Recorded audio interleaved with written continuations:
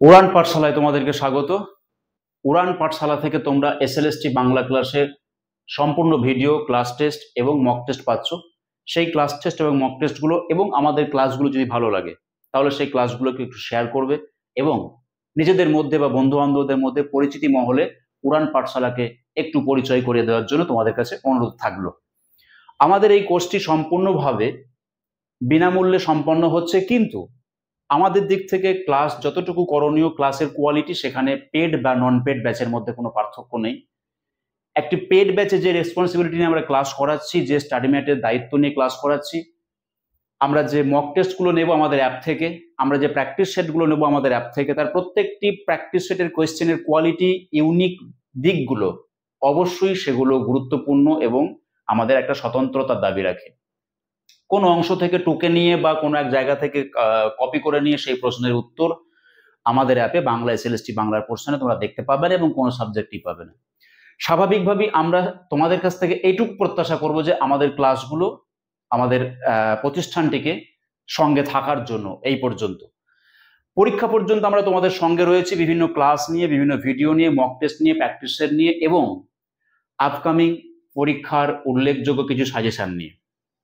আজকে আমি ক্লাস 9-এর সাহিত্য সম্ভার এই বইটি থেকে তোমাদেরকে বেশ কিছু প্রশ্নোত্তরের মাধ্যমে এই ক্লাসটিতে ক্লাস 9-এর সাহিত্য সম্ভার বইটিকে পড়িয়ে ফেলবো। দেখো, একটা টেক্সট বই যেখানে হয়তো 25 থেকে 30টা পদ্য গদ্য রয়েছে, সেই 25 থেকে 30টা পদ্য গদ্যের ক্লাস করানো আমাদের সেই সময় এবং সেই পরিস্থিতি এখন একবারেই নেই। একটি টেক্সট বই পড়াতে গেলে আমাদের কমপক্ষে 5টা থেকে 7টা ক্লাস লাগবে, যেটা হয়তো 10 দিন বা 15 দিন সময় নিয়ে নিতে পারতাম। কিন্তু আমাদের কাছে একটা টেক্সট বই, যেটা 9-এর পাঠ্য বই, যেটা 9-এর ক্লাস 10-এর বা 9-এর আমাদের গল্প কবিতা, সেগুলোকে মনে হয় ধরে ধরে পড়ানোর খুব একটা প্রয়োজন হবে না। তোমরা টেক্সটগুলোকে ইতিমধ্যেই পড়ে নিয়েছো। আমি এখানে কতগুলো প্রশ্নের মধ্যে দিয়ে এই টেক্সটগুলোকে একটু একটু বলতে বলতে যাব এবং এই প্রশ্নগুলোর উত্তর সলভ করব। ক্লাস 9 সাহিত্য সম্ভারে প্রথম কবিতা রয়েছে বীরবাহুর মৃত্যুতে রাবণ। এই যে কবিতাটা, এটা কোথা থেকে নেওয়া হয়েছে আমরা জেনে গেছি। এই কবিতাটা নেওয়া হয়েছে আমাদের মেঘনাদ বধ কাব্যের প্রথম স্বর্গ। মেঘনাদ বধ কাব্যের প্রথম স্বর্গের নাম কি? অভিষেক। অভিষেক কবিতাটা শুরু হচ্ছে, মানে অভিষেক এই পর্বটা শুরু হচ্ছে, অর্থাৎ প্রথম স্বর্গ শুরু হচ্ছে বীরবাহু মারা গেছে। বীরবাহু মারা গেছে বলে রাবণ যুদ্ধসজ্জায় সজ্জিত হচ্ছেন এবং মেঘনাদও খবর পেয়ে যুদ্ধসজ্জায় সজ্জিত হয়ে লঙ্কায় ফিরে যাচ্ছেন। বীরবাহুর মৃত্যুতে রাবণে আমরা দেখতে পাবো যে মেঘনাদ বধ কাব্যের প্রথম স্বর্গ, যেটা অভিষেক থেকে এই কবিতাটি নেওয়া হয়েছে। প্রথম স্বর্গের নাম আমরা উল্লেখ করলাম। নেক্সট কোশ্চেন, এ বজ্র আঘাতে কত যে কাতর সে জানেন সেজন অন্তর্যামী যিনি। অন্তর্যামী শব্দের অর্থ কি? অন্তর্যামী হচ্ছে যিনি সর্বটা জানেন, অন্তরকে জানতে পারেন, তিনি হচ্ছে অন্তর্যামী। অর্থাৎ এখানে রাবণ বলতে চাইছে এই কথাটি, এ বজ্র আঘাতে কত যে কাতর সে তা জানেন সেজন অন্তর্যামী যিনি। কোন বজ্র আঘাত? রাবণকে একটা আঘাত করে গেছে কে? বীরবাহুর মৃত্যু। বীরবাহুর মৃত্যু রাবণকে যে আঘাত দিয়েছে, সেই আঘাতের ফলে একজন পিতা হিসাবে রাবণের যে ব্যথা বেদনা, সেটি কতখানি সেটি রাবণ বুঝতে পারছেন। কিন্তু রাবণের কাছে একটা রাজধর্ম আছে। পিতৃত্বের যেমন তার বেদনা আছে, তেমনি তাকে একটা রাজধর্ম পালন করতে হবে। এখন সেই রাজধর্ম পালন করার জন্য তাকে যুদ্ধ সাজে সজ্জিত হতে হচ্ছে।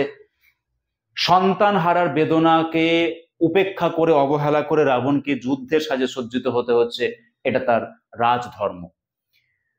কি সুন্দর মালা যে পরিয়াছ গলে প্রচেত।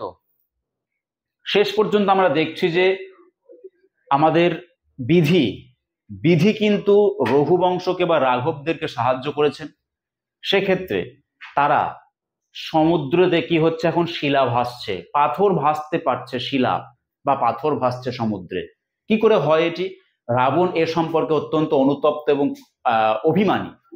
কি সুন্দর মালা যে পরিয়াছ গলে প্রচেত। প্রচেত শব্দের অর্থ হচ্ছে সমুদ্র।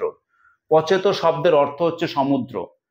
সমুদ্র সম্পর্কে রাবণের বক্তব্য, রাবণের অভিমান বেরিয়ে আসছে। কি সুন্দর মালা, অর্থাৎ তার মধ্যে যে সেতু বন্ধন করেছেন রামচন্দ্র, সেই সেতু বন্ধন সমুদ্রতে যে করা যায়, এটা অকল্পনীয়, অবিশ্বাস্য। কিন্তু এই অবিশ্বাস্য ঘটনা ঘটেছে বিধাতার সহায়তায়। তাই রাবণ অত্যন্ত অভিমানী হয়ে পড়েছেন। হে বারীন্দ্র তব পদে এ মম মিনতি। বারীন্দ্র বলতে কাকে বোঝানো হয়েছে? সমুদ্রকে বোঝানো হয়েছে। কবিতাটির শেষাংশের দিকে, কবিতাটির শেষ তবকে এই লাইনটি আছে। বীরবাবুর মৃত্যুতে রাবণ কবিতার শেষের দিকে এই লাইনটি আছে। কি লাইন রয়েছে? হে বারীন্দ্র তব পদে মম মিনতি। কি মিনতি করছেন রাবণ? রাবণ বলছেন যে তুমি যে সমুদ্র, তোমাকে যে বাঁধ দেওয়া যায়, তুমি তোমার মধ্যে যে জাঙাল নির্মাণ করা যায়, জাঙাল কথাটা ওখানে আছে, দেখবে জাঙাল মানে কি? জাঙাল মানে বাঁধ। সমুদ্রতেও যে বাঁধ দেওয়া যায়, জাঙাল কোথায় নির্মিত হয়? পুকুরে। একটা পুকুরের সঙ্গে আরেকটা পুকুরকে তফাৎ করার জন্য আমরা বাঁধ দিই। কোনো স্থির জলাশয়ে বাঁধ দেওয়া যায়, কিন্তু সমুদ্রকে কখনো বাঁধ দিতে পেরেছে? তাই সমুদ্রকে বলছে তুমি এই কলঙ্ককে ঘোচাও, এ তোমার কলঙ্ক, তোমাকে কলঙ্কিত দেখাচ্ছে। তোমার মধ্যে জলে পাথর ভাসছে, তুমি যেন মালা পড়েছো, এটাকেও তুমি মেনে নিলে? এতখানি নিজেকে নিচেই নামিয়ে ফেলেছো, তোমার চরিত্রের এতখানি স্খলন ঘটেছে, তোমার মধ্যে বাঁধ দিয়ে তোমাকে বন্ধ করছে। সমুদ্রের এই চরিত্র কিন্তু রাবণ দেখতে অভ্যস্ত নন। কেশরীর রাজপথ কার সাধ্য বাঁধে বিতংশে। বিতংশে মানে জাল বা ফাঁদ বা দড়ি। বিতংশ, জাল দিয়ে বা ফাঁদ দিয়ে শিয়ালকে বাঁধা যায়, শৃগাল কথাটা আছে ওখানে। তো শৃগালকে আমরা জাল দিয়ে বা ফাঁদ দিয়ে বাঁধতে পারি, কিন্তু সিংহকে কি কেউ, সিংহকে কি কেউ জাল দিয়ে বা ফাঁদ দিয়ে বাঁধতে পারে? বাঁধতে পারে না, বাঁধতে পারে না। তাহলে বলা হচ্ছে বিতংশ শব্দের অর্থ হচ্ছে ফাঁদ। নেক্সট কবিতা আমাদের কি রয়েছে? জ্যোতি। জ্যোতি কবিতাটি কোন কাব্যগ্রন্থের অন্তর্গত? জ্যোতি হচ্ছে গীতালি কাব্যগ্রন্থের অন্তর্গত। কার লেখা জ্যোতি? রবীন্দ্রনাথ ঠাকুর। ভেঙেছো দুয়ার এসেছো জ্যোতির্ময়, তোমারই হোক জয়। ভেঙেছো জোয়ার এসেছো জ্যোতির্ময়, তোমারই হোক জয় কবিতাটিতে কবার এই পংক্তিটি রয়েছে? 6 বার। এই পংক্তিটি রয়েছে কবিতার মধ্যে 6 বার। দুঃখের পথে তোমারই তুর্য বাজে। তুর্য শব্দের অর্থ, তুর্য শব্দের অর্থ হচ্ছে যুদ্ধ বাজনা, যুদ্ধের বাজনা। তুর্য শব্দের অর্থ হচ্ছে যুদ্ধের বাজনা। জ্যোতি কবিতারই লাইন, দুঃখের পথে তোমার তুর্য বাজে, এটা কিন্তু জ্যোতি কবিতারই লাইন। তাহলে জ্যোতি কবিতা খুব সংক্ষিপ্ত কবিতা, যদিও এই কবিতাকে অত্যন্ত ধরে ধরে পড়িয়ে এই কবিতার থট বিচার বিশ্লেষণ করা স্কুল সার্ভিসে খুব একটা প্রয়োজন থাকে না। স্কুল সার্ভিসে টেক্সট থেকে প্রশ্নগুলো আসে মূলত কিসের?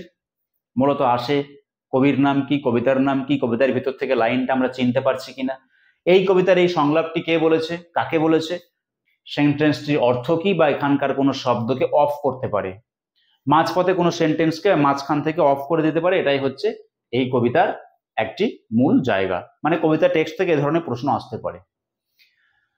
তারপরে চলে আসি যে নগরলক্ষ্মী কবিতাটি কোন কাব্যগ্রন্থের অন্তর্গত? নগরলক্ষ্মী হচ্ছে কথা ও কাহিনী। কথা ও কাহিনী কাব্যগ্রন্থের অন্তর্গত হচ্ছে নগরলক্ষ্মী, রবীন্দ্রনাথ ঠাকুরের লেখা। কোথায় দুর্ভিক্ষ শুরু হয়েছে? মানে নগরলক্ষ্মী কবিতা থেকে কোশ্চেন এটি। দুর্ভিক্ষ যখন, মানে শ্রাবস্তিপুরে, শ্রাবস্তি নগরে যখন দুর্ভিক্ষ শুরু হয়েছে, তখন সেখানে গৌতম বুদ্ধ নিজে মানুষের সামনে এসে বলছে যে এই দুর্ভিক্ষের জন্য কে আমাদের সাহায্য করতে পারে, কে এই জনগণের খাদ্য যোগান দিতে পারে। তখন এক একজন এক এক রকম ভাবে তাদের অপারগতাকে প্রকাশ করছে। রত্নাকর শেঠ করিয়া রহিল মাথা হেঁট, তারপরে জয় সেন বলছেন এক জিনিস, ধর্মপাল বলছেন একরকম। জয় সেন বলছেন আমার বুকের রক্ত যদি ছিঁড়ে দিতেও পারতাম তাহলেও পারতাম, কিন্তু খাদ্য কি করে দেব। ধর্মপাল বলছেন আমার জমিতে অজন্মা ক্ষেত প্রেত হয়েছে, মানে অজন্মা অর্থাৎ অনাহার হয়েছে, মানে ফসল উৎপাদন হয়নি অনাবৃষ্টির কারণে, কি করে আমি খাদ্য যোগান দেব। সে সময় একটি ব্যক্তি সুপ্রিয়া, যে খাদ্য যোগান দিতে পারবে বলে গৌতম বুদ্ধের কাছে শুধুমাত্র একটা ভিক্ষা পাত্রই তার ভরসা, কিছু নেই, কোনো জমি নেই, কোনো জায়গা নেই, কোনো অর্থ নেই, কোনো সম্পদ নেই, শুধু ভিক্ষা পাত্র আছে। তো চেষ্টা, প্রবল চেষ্টা, প্রবল বিশ্বাস, এখান থেকে তিনি কি করছেন, ওই ভিক্ষা পাত্রটুকু নিয়েই মনে করছেন এই শ্রাবস্তিপুরকে তিনি ভিক্ষা করে অন্নের যোগান দিতে পারবেন। পারুন না পারুন বিশ্বাসটা করছেন, পারুন না পারুন ভরসাটা রাখছেন, পারা যেতে পারে। তো যাই হোক, যদি মোর বুক চেয়ে রক্ত দিলে হতো কোনো কাজ, মোর ঘরে অন্য কোথা আজ, এটা বলেছেন জয় সেন, এটা বলেছেন জয় সেন। আচ্ছা, বুদ্ধের করুণ আগে দুটি সন্ধ্যা তারা সমরহে ফুটি। বুদ্ধের করুণ আঁখি দুটি, সন্ধ্যা তারা সমরহে ফুটি। সন্ধ্যা তারা, বুদ্ধের করুণ আঁখি দুটি, সন্ধ্যা তারা সমরহে ফুটি। বুদ্ধের করুণ আঁখি দুটি, সন্ধ্যা তারা সমরহে ফুটি। তারপর কি বলছি, তখন উঠিল ধীরে ধীরে। কে উঠল? সুপ্রিয়া। সুপ্রিয়া এই সব কিছু শোনার পরে যখন বুদ্ধ কোনো ধনাত্মক ইতিবাচক আশ্বাস পেলেন না কারোর কাছ থেকে, তখন সুপ্রিয়া সবকিছু দেখার পরে তিনি উঠে দাঁড়িয়ে বুদ্ধকে এই আশ্বাস দিচ্ছেন যে এই ভিক্ষাপাত্র নিয়ে তিনি এই খাদ্যের দায়িত্ব, অন্নের দায়িত্ব নিলেন। ধনধান্য পুষ্পভরা কবিতাটি দ্বিজেন্দ্রলাল রায়ের কোন কাব্যগ্রন্থের, কোন কাব্যগ্রন্থে স্থান পেয়েছে? অবশ্যই খুব ভালো কোশ্চেন যে ধনধান্য পুষ্পভরা এই কবিতাটি তার কোন কাব্যগ্রন্থে আছে? এটা অবশ্যই আর্যগাথা। আর্যগাথা কাব্যগ্রন্থে রয়েছে ধনধান্যে পুষ্পে ভরা।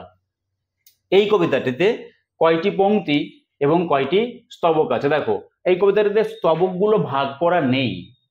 আমরা এই কবিতাটি যদি টেক্সট বইটা খুলে দেখি তাহলে দেখো স্তবকগুলোকে ভাগ করা হয়নি। সেটা হয়তো আমাদের ছাপাখানার দোষ, কিন্তু আসলে স্তবকগুলো ভাগ করা ছিল। মোট 5টি স্তবক আছে।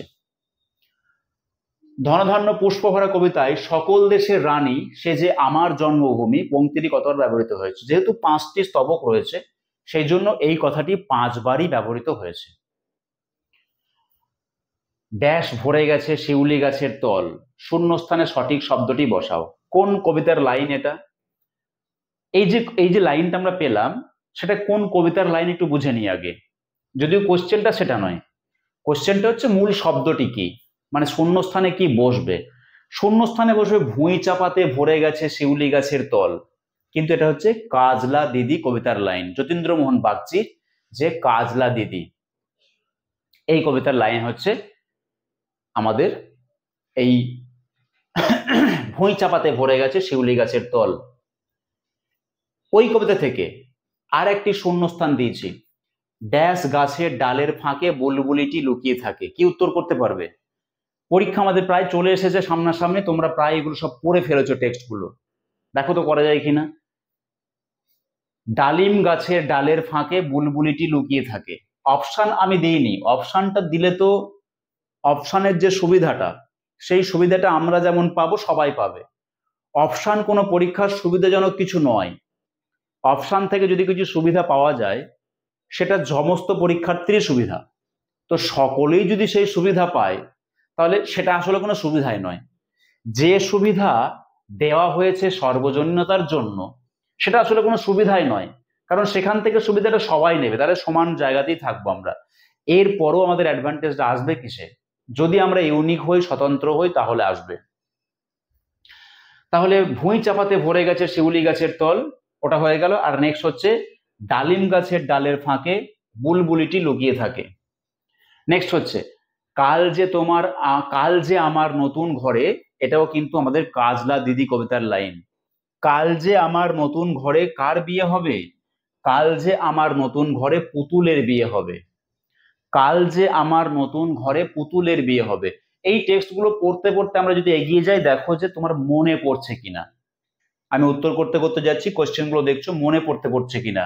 এই প্রশ্নগুলো কিন্তু ভালো, কিন্তু খুব কঠিন না। ডাক টিকিট কবিতাটি কোন কাব্যগ্রন্থের কবিতা? মানে আমরা কাজলা দিদির পরে পাচ্ছি ডাক টিকিট কবিতা। তোমরা জানো যে ক্লাস 9-এ সাহিত্য সম্ভার এবং ক্লাস 10-এ সাহিত্য সম্ভার প্রথমে পদ্য তারপরে গদ্য। আমাদের সাহিত্য সঞ্চয়নে যেমন পদ্য গদ্য মিশতে মিশতে গেছে, ওখানে কিন্তু তা নয়। প্রথমে সমস্ত পদ্যগুলো রয়েছে, পরে সমস্ত গদ্যগুলো পরপর রয়েছে, তাই আমরা প্রথমে সমস্ত পদ্যগুলোকে পড়ছি। এই সিকোয়েন্সই কিন্তু আমাদের বইটা আছে, সেই সিকোয়েন্সই কোশ্চেনগুলোকে সাজানো আছে। পরের কোশ্চেন দেখো, ঈশ্বর কবিতাটি, ডাক টিকিট কোন কাব্যগ্রন্থের কবিতা? ডাক টিকিট হচ্ছে সত্যেন্দ্রনাথ দত্তের বেনু ও বীণা। বেনু ও বীণা কাব্যগ্রন্থের কবিতা হচ্ছে ডাক টিকিট, বেনু ও বীণা। নেক্সট কোশ্চেন চলে এসো, ঈশ্বর কবিতাটি কার লেখা, কোন কাব্যগ্রন্থের কবিতা? ঈশ্বর কবিতাটি হচ্ছে কবি নজরুলের লেখা এবং সাম্যবাদী। ঈশ্বর হচ্ছে সাম্যবাদী কাব্যগ্রন্থের কবিতা। দেখো মনে করতে পারছো কিনা। ঈশ্বর কবিতা থেকে এই লাইনটা নেওয়া হয়েছে। একটা শূন্যস্থান দিয়েছে, এই শূন্যস্থানে কি হবে? তাহারা খোদার খোদ, শূন্যস্থান তো নয়। তাহারা খোদার খোদ প্রাইভেট সেক্রেটারি তো নয়। তাহারা খোদার খোদ প্রাইভেট সেক্রেটারি তো নয়। তাহারা খোদার খোদ প্রাইভেট সেক্রেটারি তো নয়, এটা দেওয়া হয়েছে। ঈশ্বর কবিতায় কবি শাস্ত্র না ঘেটে কোথায় ডুব দিতে বলেছেন? শেষের দিকে চলে যায় কবিতার শেষের দিকে, শাস্ত্র না ঘেটে ডুব দাও সখা সত্য সিন্ধু জলে।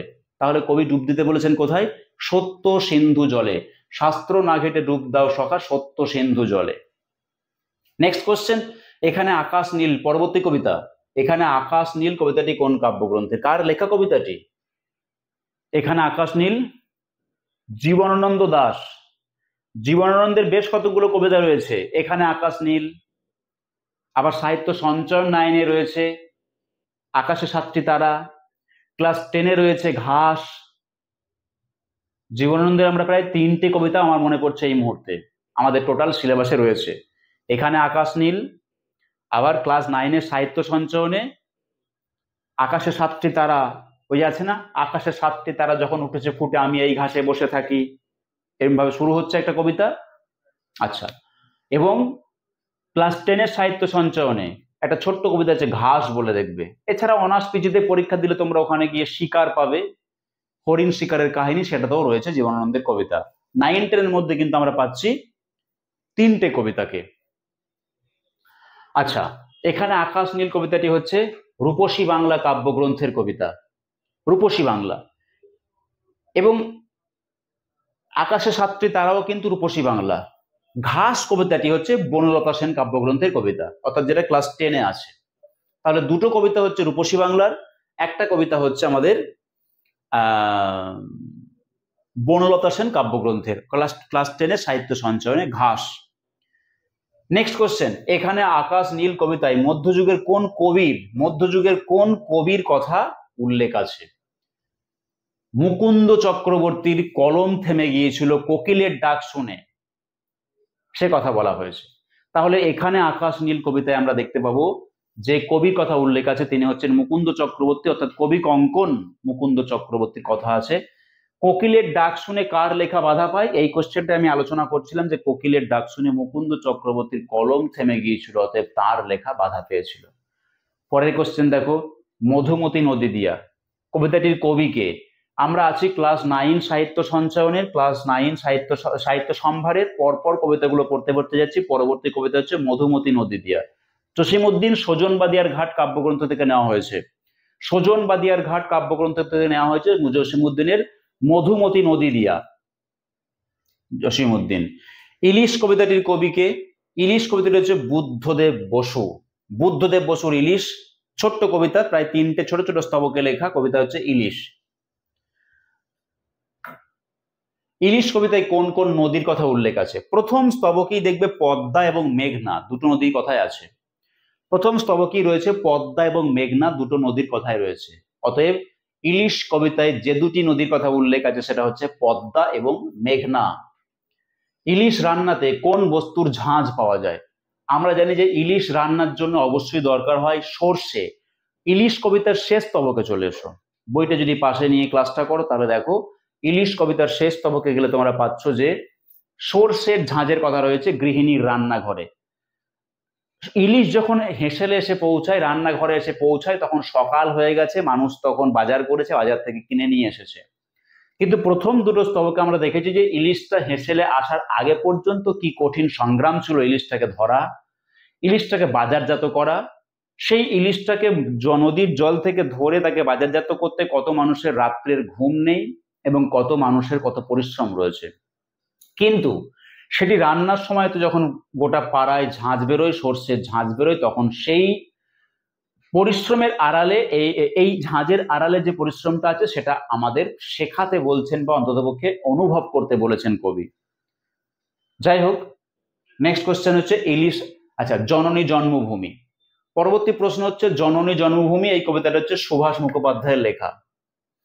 জননী জন্মভূমি কবিতায় কথক টিফিনের পয়সা বাঁচিয়ে কোন সামগ্রী কিনতেন? দেখো তো পারা যায় কিনা। জননী জন্মভূমি কবিতায় কথক টিফিনের পয়সা বাঁচিয়ে কোন সামগ্রী কিনতেন? তিনি কিনতেন কমলা লেবু। কবিতাটা একটু বড়, 2 পাতা জুড়ে রয়েছে কবিতাটি। এখানে একটা জায়গায় বলা রয়েছে, দেখবে, টিফিনের পয়সা বাঁচিয়ে কিনতেন কি? কমলা লেবু। এই কোশ্চেনটা কিন্তু খুব ভালো কোশ্চেন, আমরা হয়তো আন্দাজে করতে পারবো না। 33 নম্বর কোশ্চেনটা দেখো, যারা তোমার মাটিতে নিষ্ঠুর থাবা বাড়িয়েছে আমরা তাদের ঘাড় ধরে পার করে দেব। কি পার করে দেব? জননী জন্মভূমি কবিতাটি তোমরা পাবে। জননী জন্মভূমি কবিতাটি তোমাদের আছে। যারা তোমার মাটিতে নিষ্ঠুর থাবা বাড়িয়েছে আমরা তাদের ঘাড় ধরে সীমান্ত পার করে দেব। দেখো তো আমি উত্তরটা ঠিক বললাম কিনা। বইটা খুলে দেখে নাও, বইটা পাশে আছে, দেখে নাও যে সীমান্ত পার করে দেব উত্তরটা ঠিক কিনা। অবশ্যই উত্তরটা ঠিক, আমরা তার ঘাড় ধরে সীমান্ত পার করে দেব। বাঙ্গালার ইতিহাস গল্পটির মূল উৎস কি? এবার আমরা পদ্য থেকে ক্রমশ চলে আসছি গদ্যে। সাহিত্য সম্ভার নবম শ্রেণী প্রথম গদ্য হচ্ছে বাঙ্গালার ইতিহাস। এই বাঙ্গালার ইতিহাস গল্পের প্রথম প্রশ্নটা কি রয়েছে? প্রথম প্রশ্নটা রয়েছে যে এই গল্পটির মূল উৎস। মার্সম্যানের হিস্ট্রি অফ বেঙ্গল, মার্সম্যানের হিস্ট্রি অফ বেঙ্গল থেকে নেওয়া হয়েছে এই গল্পটি, মানে ওটার অনুবাদ করা হয়েছে। মার্সম্যানের হিস্ট্রি অফ বেঙ্গলকে অনুবাদ করেছেন বিদ্যাসাগর, এবং সেখান থেকে আমরা পাচ্ছি যে বাঙ্গালার ইতিহাস। বাঙ্গালার ইতিহাস গল্পে কৃষ্ণদাস কে? কৃষ্ণদাস হচ্ছেন নবাব সিরাজের মুর্শিদাবাদের কোষাধ্যক্ষ বা হিসাব রক্ষক। মুর্শিদাবাদের যে দরবার রয়েছে সেই দরবারের কোষাধ্যক্ষ বা হিসাব রক্ষক। কিন্তু তাকে যখন ঢাকায় পাঠানো হয়েছিল সেখান থেকে তিনি অনেক টাকা পয়সা তছরূপ করেছেন, এরকম একটা অভিযোগ কৃষ্ণদাস সম্পর্কে রয়েছে। সিরাজদৌল্লা কার হাতে দুর্গ সমর্পণ করেছিলেন? এই কোশ্চেনটা হঠাৎ করে এখন দুম করে চলে এসেছে, হয়তো বুঝতে পারছো না। সিরাজদৌল্লা সম্পর্কে একটা অভিযোগ আছে, মারাত্মক অভিযোগ, হত্যার অভিযোগ, অন্ধকূপ হত্যার অভিযোগ আছে। আমরা ইতিহাস পড়লেও জানি যে সিরাজদৌল্লা সম্পর্কে অন্ধকূপ হত্যার অভিযোগ আছে। তিনি নাকি একটা 12 হাত বাই 9 হাত ঘরে 146 জনকে বন্দি করে রেখেছিলেন, যে ঘরের কোনো জানালা ছিল না, সামান্য একটুখানি জানালা ছিল। সেই জানালার শ্বাস নিতে আসছিল অনেকেই, পরস্পরের মধ্যে পদপিষ্ট হয়ে বেশিরভাগ জনই মারা গিয়েছিল, মাত্র 46 জন সেখানে বেঁচে ছিল। তো 146 জনের মধ্যে মাত্র 23 জন বেঁচে ছিল। এই ঘটনাটিকে বলা হচ্ছে অন্ধকূপ হত্যা। তো এই 146 জন বন্দী, বেশিরভাগ জন মারা গিয়েছিল, মাত্র 23 জন বেঁচে ছিল। এই অভিযোগটা সিরাজ সম্পর্কে করা হয়, এবং এই 23 জনের মধ্যে একজন ছিলেন হলওয়েল বলে একজন সাহেব ছিলেন। তিনি এই তথ্যটা ইতিহাসে তার নামে উল্লেখিত হয়েছে, তিনিই নাকি এটা দিয়েছেন। যদিও বিভিন্ন গবেষকদের মতে এমন কোনো ঘটনা ঘটেনি, এটা সিরাজকে কলঙ্কিত করার জন্য তৈরি করা হয়েছে। যাই হোক, এই বিষয়টা অত্যন্ত বিতর্কিত, কিন্তু এমন একটা কথা প্রচলিত আছে যে সিরাজের রাজত্বে সেখানে অন্ধকূপ হত্যার মতো একটা নারকীয় ঘটনা ঘটেছিল। কিন্তু সিরাজ জানাচ্ছেন যে 20 জুন যে অন্ধকূপ হত্যা হয়েছিল, এই 20 জুন তিনি নিজে দায়িত্বে ছিলেনই না দুর্গের। তিনি দুর্গের দায়িত্ব দিয়েছিলেন মানিকচাঁদ বলে তার একজন রাজ কর্মচারীকে, সেনাপতিকে। তো মানিকচাঁদের হাতে তিনি দুর্গ সমর্পণ করেছিলেন। সেদিন রাত্রে ঘটনাটি ঘটেছিল, সেখানে সিরাজ প্রত্যক্ষভাবে কোনো অংশেই দায়ী নন। কিন্তু সিরাজের জীবনের একটা ট্র্যাজেডি বলতে পারা যায় যে সিরাজ সম্পর্কে এই কলঙ্ক কিন্তু ইতিহাসে কুখ্যাত হয়ে রয়েছে। তাহলে বাঙ্গালার ইতিহাস গল্পে কৃষ্ণদাস হচ্ছেন তার একজন হিসাব রক্ষক, এবং তিনি যার কাছে সেদিন এই দুর্গটা সমর্পণ করেছিলেন তিনি হচ্ছেন মানিকচাঁদ। তারপরে হচ্ছে সেদিন কতজন বন্দী ছিল? 146 জন বন্দী ছিল, 23 জন বেঁচে ছিল বলে তথ্য প্রকাশ করা হয়েছে। এবং সেই ঘরটি ছিল কত? সেই ঘরটি ছিল 12 হাত আর একদিকে 9 হাত। প্রথম কথা, এইরকম একটি ঘরে 146 জন মানুষকে জায়গা দেওয়া যেতেই পারে না, এটা হতে পারে না। এর মধ্যে অনেক কিছু ভুল তথ্য থাকতে পারে। আচ্ছা, অন্ধকূপ হত্যা হয়েছিল 20 জুন, মাপ ছিল 12 হাত আর 9 হাত, বন্দী ছিল 146 জন। এগুলো সব টেক্সটই আছে, তথ্যগুলো সব টেক্সটেই ছড়িয়ে রয়েছে। বাম দিকের পৃষ্ঠা অর্থাৎ সেকেন্ড পৃষ্ঠার ওপরের দিকে আছে, দেখবে মাঝখান থেকে ওপরের দিক। আচ্ছা, অন্ধকূপ হত্যায় বেঁচে ছিল কতজন? 23 জন বন্দী বেঁচে ছিল বলে জানা যায়। অন্ধকূপ, আচ্ছা অন্ধকূপ থেকে, এটা অন্ধকবে নয়, অন্ধকূপ থেকে বেঁচে থাকা একটা ব্যক্তির নাম হচ্ছে হলওয়েল। হলওয়েল। সিরাজদৌলা ওলন্দাজদের কাছ থেকে কত টাকা নিয়েছিলেন? এটা হবে সিরাজদৌলা। সিরাজদৌলা ওলন্দাজ। দেখো, ওলন্দাজদের কাছ থেকে কত টাকা সিরাজদৌলা নিয়েছিলেন? সিরাজদৌলা ওলন্দাজদের কাছ থেকে নিয়েছিলেন 4.5 লাখ টাকা। সেকেন্ড পৃষ্ঠার নিচের দিকে দেখো, যেখানে শ্রীরামপুর নগর প্রতিষ্ঠা করার কথা আছে 1756 খ্রিস্টাব্দে, তার ঠিক ওপরে দিনেমারেরা যে শ্রীরামপুর নগর প্রতিষ্ঠা করছেন, ওটা আসছে সেকেন্ড পৃষ্ঠার একদম নিচেই, প্রায় মানে 2-3 লাইন ওপরে। তার থেকে একটু ওপরেই দেখবে এই তথ্যটা আছে যে সিরাজদৌলা ওলন্দাজদের কাছ থেকে নিয়েছিলেন 4.5 লাখ টাকা আর ফরাসিদের কাছ থেকে নিয়েছিলেন 3.5 লাখ টাকা। এই তথ্য দুটো ওখানেই আছে। পরের কোশ্চেন, কারা কত খ্রিস্টাব্দে শ্রীরামপুর নগর প্রতিষ্ঠা করেন? 2016 সালে এসএলএসটি-তে অনার্স পিজিতে এই কোশ্চেনটা পড়ে গেছে। শ্রীরামপুর নগর কারা প্রতিষ্ঠা করেছিলেন, কবে প্রতিষ্ঠা করেছিলেন? 2016 এসএলএসটি পিজিতে এই কোশ্চেনটা পড়েছিল। 1756 সালে দিনেমারেরা শ্রীরামপুর নগর প্রতিষ্ঠা করেন। 1756 দিনেমারেরা শ্রীরামপুর নগর প্রতিষ্ঠা করেন। শওকত জং কোথাকার অধিবাসী ছিলেন? অধিপতি ছিলেন শওকত জং। এই গল্পের অর্থাৎ হিস্ট্রি অফ বেঙ্গল গল্প থেকে নেওয়া বাংলার ইতিহাস গল্পের একদম শেষ লাইনে চলে এসো, ডান দিকের পৃষ্ঠার শেষ প্যারাগ্রাফের শেষ লাইন, মানে গোটা গল্পের শেষ লাইনে যদি চলে আসি তাহলে আমরা দেখতে পাবো যে তিনি ছিলেন পূর্ণিয়ার অধিপতি। পূর্ণিয়ার অধিপতি শওকত জঙ্গের খানা কোষা, শওকত জঙ্গের, এটা শওকত জঙ্গের কোষাগার থেকে করতে পারো এটি। শওকত জঙ্গের কোষাগার থেকে কত টাকা পাওয়া গেল? মোহনলাল পূর্ণিয়ার যুদ্ধে শওকত জঙ্গকে পরাজিত করলেন এবং তার যে ধনাগার থেকে 90 লক্ষ টাকা অর্থাৎ 90 লক্ষ টাকা সংগ্রহ করলেন। 90 লক্ষ টাকা অর্থাৎ 90 লক্ষ টাকা সংগ্রহ করলেন। গগনপোটো গল্পটির লেখককে? অক্ষয়চন্দ্র সরকার, 1846 থেকে 1917। অক্ষয়চন্দ্র সরকার। আমরা দেখবে প্রথম যে আমাদের ক্লাসটা নিয়েছিলাম সেখানে এই কোশ্চেনগুলো দেওয়া হয়েছিল। গগনপোটো গল্পটির লেখককে? অক্ষয়চন্দ্র সরকার। নেক্সট হচ্ছে এসো আমরা প্রণত হই। প্রণত শব্দটি কোন শ্রেণীর অন্তর্ভুক্ত? কোন শ্রেণীর শব্দ? প্রণত মানে এসছে প্রণাম থেকে। প্রণাম শব্দটি যদি বিশেষ্য পদ হয়, প্রণাম শব্দটি যদি বিশেষ্য পদ হয় তাহলে প্রণত হবে বিশেষণ পদ। প্রণত হচ্ছে বিশেষণ পদ। প্রণাম শব্দটি বিশেষ্য পদ হলে প্রণত হচ্ছে বিশেষণ পদ। এসো আমরা প্রণত হই। অতএব এটি হচ্ছে আমাদের তৎসম শব্দ। নেক্সট, কঙ্কাবতী গল্পটি ত্রৈলোক্যনাথের। কঙ্কাবতী গল্পটি ত্রৈলোক্যনাথের কোন উপন্যাস থেকে নেওয়া? কঙ্কাবতী উপন্যাস থেকেই নেওয়া। কঙ্কাবতী গল্পটি ত্রৈলোক্যনাথের কঙ্কাবতী উপন্যাস থেকে নেওয়া। কঙ্কাবতী উপন্যাস থেকে নেওয়া। ব্যাঙের কাছে কোন সম্পদ ছিল? কঙ্কাবতী গল্প আমরা জানি এটা একটা হাস্যরসাত্মক রচনা ত্রৈলোক্যনাথের, যেখানে ব্যাঙ একজন সাহেব সেজে রাস্তায় ঘোরাঘুরি করছে, কিন্তু কঙ্কাবতীর এখন একটা গ্রাম বা লোকালয় দরকার যেখানে তিনি ওষুধ কিনবেন, তার স্বামী অসুস্থ।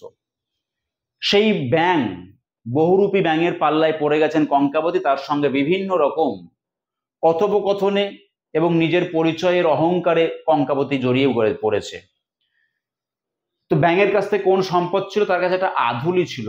একমাত্র ব্যাঙের একটাই সম্পদ ছিল ব্যাঙের আধুলি, যেখান থেকে আমরা একটা বাগধারায় পেয়ে যাই আধুলি। ব্যাঙের আধুলি মানে দরিদ্রের শেষ সম্বল। ব্যাঙের আধুলি এই জন্যই বলা হয় দরিদ্রের শেষ সম্বল। ব্যাঙের আধুলিটা একজনকে দান করেছিল, তার সঙ্গে কি চুক্তি হয়েছিল, প্রতিদিন অর্ধেক করে সে ব্যাংকে ফেরত দেবে। তো আধুলি মানে 8 আনা, অর্ধেক দিলে পরের দিন 4 আনা ফেরত দেওয়ার কথা, তারপরের দিন 2 আনা ফেরত দেওয়ার কথা, তারপরের দিন 1 আনা ফেরত দেওয়ার কথা, তারপরের দিন 1-এর অর্ধেক, তারপরের দিন তার অর্ধেক, তারপরের দিন তার অর্ধেক। এই করতে করতে যখন দেখা গেল যে অর্ধেক অংশটা আর কোনো ফিগার বাস্তবে নেই, তখন কিন্তু যিনি ফেরত নিয়েছিলেন, মানে যিনি ধার নিয়েছিলেন, তিনি আর দেবার সুযোগ পাচ্ছে না। অতএব যে কথা হয়েছিল সেই কথা অনুযায়ী ব্যাঙের আধুলিটা আর সম্পূর্ণ ফিরে এলো না। কারণ কথা হয়েছিল কি অর্ধেক অর্ধেক করে ধার শোধ করবে। কিন্তু আমরা যদি বলি যে ঠিক আছে 1 টাকার অর্ধেক 50 পয়সা, 50 পয়সার অর্ধেক 25 পয়সা, 25 পয়সার অর্ধেক 12.5 পয়সা, কি করে দেওয়া হবে? দিতে পারবে না।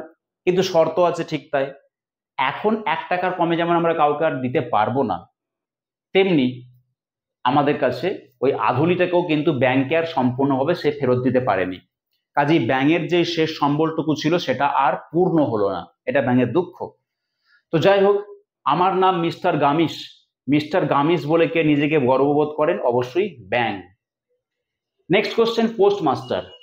পোস্টমাস্টার গল্পটি কোন পত্রিকায় প্রকাশিত হয়? পোস্টমাস্টার গল্পটি মনে রাখবে, খেয়াল করবে, অবশ্যই হিতবাদী পত্রিকায় প্রকাশিত হয়েছিল। পোস্টমাস্টার গল্পটি প্রকাশিত হয়েছিল হিতবাদী, হিতবাদী পত্রিকা প্রকাশিত হয়েছিল। রতনের বয়স কত? রতনের বয়স হচ্ছে 12 বা 13 বৎসর। 12-13 বৎসর, মানে এভাবেই টেক্সটে বলা আছে, রতনের বয়স হচ্ছে 12-13 বৎসর। রতনের বাড়িতে আর কে কে আছে? টেক্সটে বলা আছে একজন পিতৃমাতৃহারা অনাথা।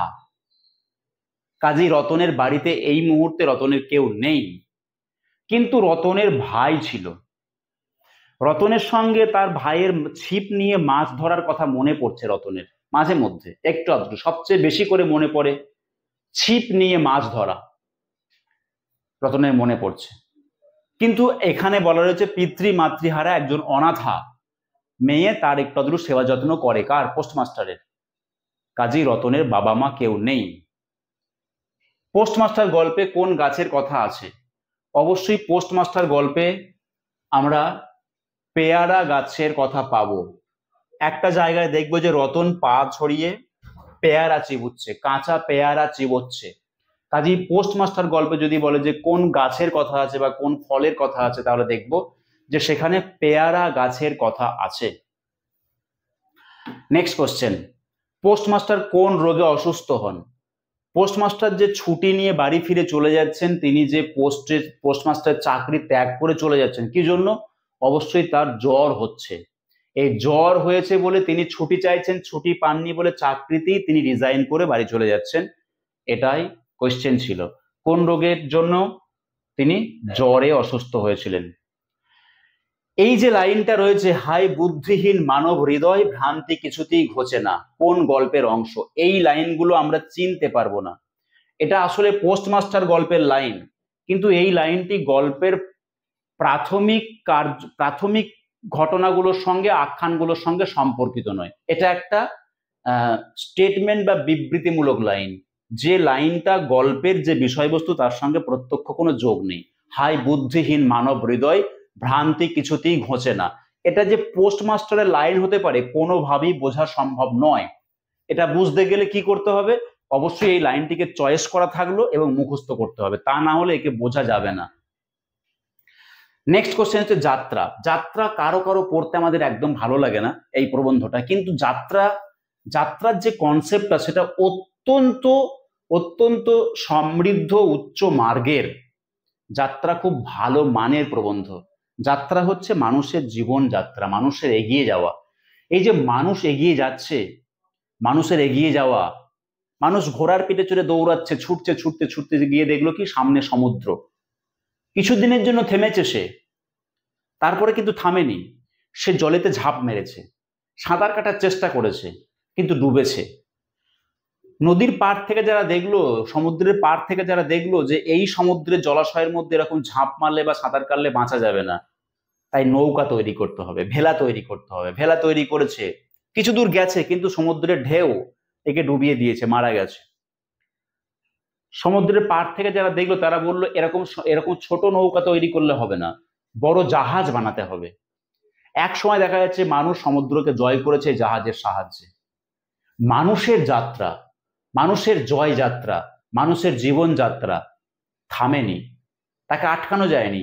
শত শত যাত্রী প্রাণ দিয়ে সেই পথকে প্রশস্ত করেছে। হ্যাঁ, প্রাণ দিয়েছে, পাহাড়কে আবিষ্কার করতে গিয়ে অনেকে প্রাণ দিয়েছে, কিন্তু আবিষ্কার করে গেছে কেউ না কেউ। যতটুকু আবিষ্কার করা গেছে তারপরে কেউ মারা গেছে, সে আবিষ্কারটাকে পাথেয় করে আর একজন আরো এক ধাপ এগিয়ে গেছে। সমুদ্র কিভাবে আবিষ্কার করেছে, পাহাড় কিভাবে আবিষ্কার করেছে, আকাশ কিভাবে আবিষ্কার করছে, মহাকাশ কিভাবে আবিষ্কার করছে, এখনো গ্রহ, বিভিন্ন ধরনের গ্রহ উপগ্রহে মানুষ পাড়ি দিচ্ছে, হ্যাঁ প্রাণ দিচ্ছে। কিন্তু সেই প্রাণ দেওয়ার আগে তিনি যতটুকু দিয়ে গেছেন পৃথিবীকে, তার ভিত্তিতেই তাকে কিন্তু অবলম্বন করে আবার অগ্রগতি ঘটছে। তাহলে যাত্রা হচ্ছে সেই থটকে প্রকাশ করছে, পথের সঞ্চয় প্রবন্ধের অন্তর্গত যাত্রা। নেক্সট কোশ্চেন, যাহা কিছু আমাদের বাধা। যাত্রা গল্পে মানে যাত্রা প্রবন্ধের যদি শ্রেষ্ঠ লাইন কিছু বলতে হয় তাহলে এটি। যাত্রা প্রবন্ধের যদি শ্রেষ্ঠ লাইন কিছু বলতে হয় তাহলে হচ্ছে এটি, যাহা কিছু আমাদের বাধা তাহাকেই আমাদের চলিবার পথ, আমাদের মুক্তির উপায় করিতে হইবে। আমাদের প্রতি ঈশ্বরের এই আদেশ আছে, যাহারা এই আদেশ মানিয়াছে তাহারাই পৃথিবীতে ছাড়া পেয়েছে, যাহারা মানে নাই এই পৃথিবীটা তাহাদের পক্ষে কারাগার। যাহা কিছু আমাদের বাধা তাহাকেই আমাদের চলিবার পথ, আমাদের মুক্তির উপায় করিয়া মুক্তির উপায় করিতে হইবে। অর্থাৎ আমরা যেগুলোকে মনে করি যে বাধা অসুবিধা, লেখক কি বলেছেন, এই বাধা অসুবিধার পথেই আমাদের মুক্তি নিতে হবে। আর কি বলছেন, আমাদের প্রতি ঈশ্বরের এই আদেশ আছে, ঈশ্বর আমাদেরকে বলছেন যে লড়াইয়ের মধ্যে দিয়ে বাধা অতিক্রম করে চলাটাই জীবনের সার্থকতা। কাজেই যে প্রতিবন্ধকতা, যে লড়াই, যে সংগ্রাম এর মধ্যে দিয়ে জীবন চলছে, এটাকে বেদনাহত হওয়ার কোনো কারণ নেই। নেক্সট হচ্ছে যাহারা এই আদেশ মানিয়াছে তাহারাই পৃথিবীতে ছাড়া পেয়েছে, যাহারা মানে নাই এই পৃথিবীটা তাদের পক্ষে কারাগার। অর্থাৎ লেখকের বক্তব্য হচ্ছে সংগ্রাম, প্রতিবন্ধকতা, বাধা এগুলো আছে, থাকলে ভালো বই মন্দ নয়, এগুলো না থাকা একটা জীবনের পূর্ণতা নয়। আমাদের প্রতি ঈশ্বরের এই আদেশ আছে। আদেশটা কি? আদেশটা হচ্ছে যে লড়াই, সংগ্রাম, প্রতিবন্ধকতা, বন্ধুরতার মধ্যে দিয়ে এগিয়ে নিয়ে যাওয়া, জীবনকে চালিয়ে নিয়ে যাওয়া। যাই হোক, যাত্রা প্রবন্ধের অংশ। নেক্সট হচ্ছে, আমি এখন নিজেকে ছাত্র বলে মনে করি। আমি কে? অধ্যয়ন ও জ্ঞান লাভ। অধ্যয়ন ও জ্ঞান লাভ, এই অধ্যয়ন ও জ্ঞান লাভ এই প্রবন্ধের প্রাবন্ধিক প্রফুল্লচন্দ্র রায়, আচার্য প্রফুল্লচন্দ্র রায়, তিনি বলছেন ছাত্রানাং অধ্যয়নাং তপ, অর্থাৎ ছাত্রের অধ্যয়ন করা এটাই তপস্যা। ছাত্রানাং অধ্যয়নাং তপ, আমি এ মতের দ্বিমত করতে পারি না, অর্থাৎ এটা হচ্ছে ছাত্রের তপস্যা। তো তিনি বলছেন আমি এখনো নিজেকে ছাত্র বলে গণ্য করি। এটা হচ্ছে আচার্য প্রফুল্লচন্দ্র রায়, অধ্যয়ন ও জ্ঞান লাভ। দি মাইটি মাইন্ডস অফ ওল্ড, কথাটি কে বলেছে? সাদি কথাটি বলেছে। সেকেন্ড পৃষ্ঠার নিচের দিকে একটু দেখো, লাইন দুটো রয়েছে, দুটো লাইনের মধ্যে এটা একটা। নেক্সট কোশ্চেন দেখো। আচ্ছা, অধ্যয়ন ও জ্ঞান লাভ কিন্তু তুখোর ভাবে ভালো করে পড়তে হবে। একজন প্রাবন্ধিক বিজ্ঞানী, বোঝা যাচ্ছে কি যে একজন প্রাবন্ধিক অথচ তিনি বিজ্ঞানী, সায়েন্টিস্ট, কিন্তু তার লেখা প্রবন্ধ প্রশ্নকর্তাদের ভীষণভাবে চয়েস করতে এগুলো পছন্দ করেন, মানে চয়েস করেন। আমি দেখেছি যে রাজশেখর বসুর গদ্য প্রশ্ন আসেই, এই যে আমাদের পড়তে হচ্ছে বাংলা ভাষায় বিজ্ঞান ক্লাস 10-এ, ওখান থেকে প্রশ্ন আসবেই, অধ্যয়ন ও জ্ঞান লাভ থেকে প্রশ্ন আসবেই। আচ্ছা, এরা হচ্ছে মার্ডারার অফ বয়েজ। কাদের কথা বলা হচ্ছে? এরা হচ্ছে মার্ডারার অফ বয়েজ, অভিভাবকদের কথা বলা হচ্ছে। এরা হচ্ছে মার্ডারার অফ বয়েজ। আচ্ছা, তখন 14 পার হয়ে 15ই পড়ে আছি, কার বয়স 15 বছর। ইন্দ্রনাথ ও শ্রীকান্ত, এই গল্প থেকে নেওয়া হয়েছে এটি। শরৎচন্দ্রের শ্রীকান্ত উপন্যাসের লাইন এবং তোমার এখানে বলছে শ্রীকান্ত, এটা হচ্ছে শ্রীকান্ত এই কথাটা বলছেন, তখন 14 পার হয়ে 15 পড়িয়াছি। আচ্ছা, এই 61 নম্বর কোশ্চেনটার আনসারটা একটু দেখে নেবে। এই 61 নম্বর কোশ্চেনটার আনসারটা গার্জেন হচ্ছে নাকি টিউশন টিচাররা, এরা হচ্ছে মার্ডারার অফ বয়েজ। এটা দুটো হতে পারে, একটা হচ্ছে টিউশন মাস্টার মশাইরা, প্রাইভেট টিউটররা, আর একটা হচ্ছে গার্জেনরা। এই দুটোর মধ্যে কিছু একটা একটু দেখে নেবে। গার্জিয়ান, হ্যাঁ। আচ্ছা, তখন 14 পার হয়ে 15 পড়িয়াছি, এটা হচ্ছে শ্রীকান্ত বলছে। কেন, কোন প্রসঙ্গে? কাপুরুষ বলেছিল। ইন্দ্রনাথ তাকে কাপুরুষ বলেছে। যখনই সে প্রবল স্রোতে হালটা ছেড়ে দিয়েছে নৌকার, সঙ্গে সঙ্গে নৌকাটি চোঁ করে ঘুরে গিয়ে বিপরীতমুখী হয়ে গেছে। এতে ইন্দ্রনাথ অত্যন্ত ক্ষুব্ধ হয়েছে, তাকে তখন বলেছে কাপুরুষ। তো 15 বছর বয়সের একজন